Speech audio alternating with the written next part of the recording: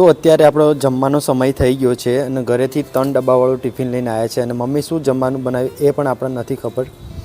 તો સૌથી પહેલાં અહીંયાથી ટિફિનને ઓપન કરવાનું છે. તો ટિફિનને ઓપન કરવા માટે અહીંયા એક ક્લિપ આપેલી છે. તો ક્લિપને ઊંચું કરશું ને ત્યાર પછી આપણું ટિફિન ખુલી જશે. ખુલી જાય ત્યાર પછી આપણે થોડું સીધું કરી દેવાનું છે અને ત્યાર પછી સૌથી પહેલાં ઉપરવાળા ડબ્બાના અંદર જોઈએ કે શું જમવાનું છે.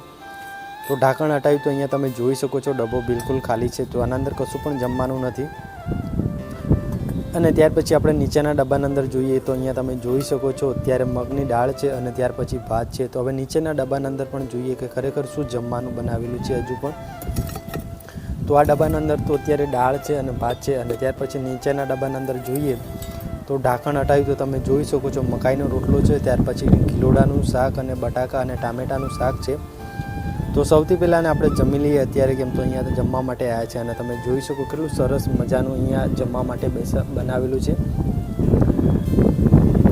અને સામે એક લીંબુનું ઝાડ છે તો ત્યાંથી લીંબુ પણ અત્યારે આપણે તોડવાનું છે. તો સૌથી પહેલાં અત્યારે આપણે જમી લઈએ.